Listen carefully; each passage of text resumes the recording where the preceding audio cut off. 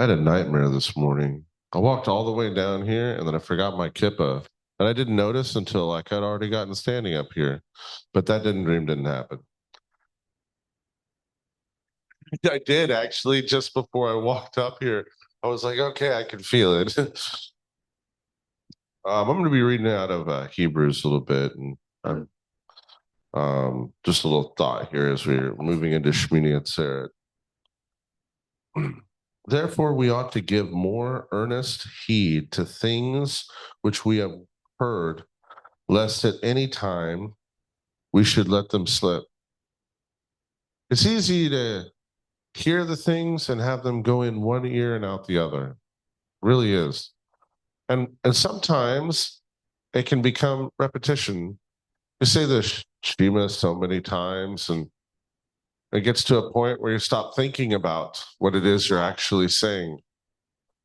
I was watching my friend More Ariel, and he was out praying in the sukkah, and he was on his knees, and I was like, well, that's weird. I don't ever do that.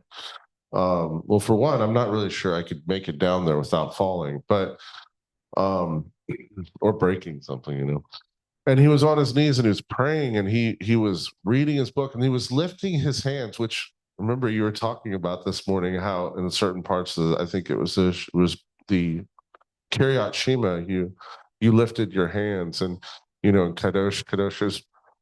But he was doing the same thing out there. The words did not just become repetition to him. They had meaning. And all these words, they should never become repetition, especially when it comes to Shemon Esrei. But it's easy to have things do that. So, okay. For if the word spoken by angels, this is an interesting concept. It says, who having received the law by the disposition of angels and have not kept it. Remember that? That was from Stephen. How did we receive the law by angels?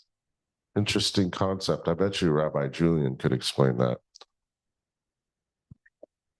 Before birth. Before birth, being instructed by the Malachim, the Torah, even in the womb. For if the word spoken by angels was steadfast, and every transgression and disobedience received a just recompense of reward. That's a scary thought. Because I've got a big bucket of chet. You know what chet means? Sin. I better verify that. So, sin, I've got a big bucket of sins. And to think that every single sin is accounted for and every single sin receives recompense.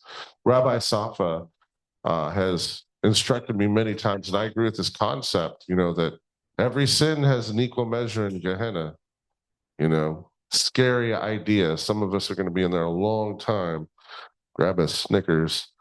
Okay, so a just recompense reward. How shall we escape if we neglect so great a salvation, which at the first began to be spoken by the Lord, was confirmed unto us by them that heard them, God also being witness both with signs and wonders, with diverse miracles and gifts of the Holy Ghost according to his will.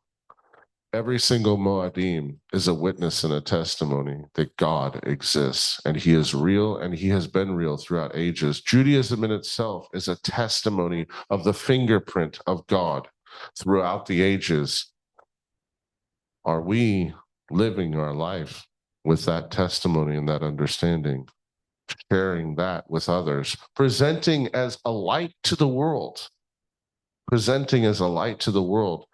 that our God lives and he is real. And this Shemini Atzeret, as we get close to Simchat Torah, and we're all going to dance around with the Torah scroll, and I'm always nervous when that happens. I'm just looking at people passing the Torah scroll. I'm like, ooh, that's just one more probability that it drops, And the thing is I can't fast for a month. I'm going to die. Okay, that's as simple as that. But anyways, Hag Sameach, have a good one.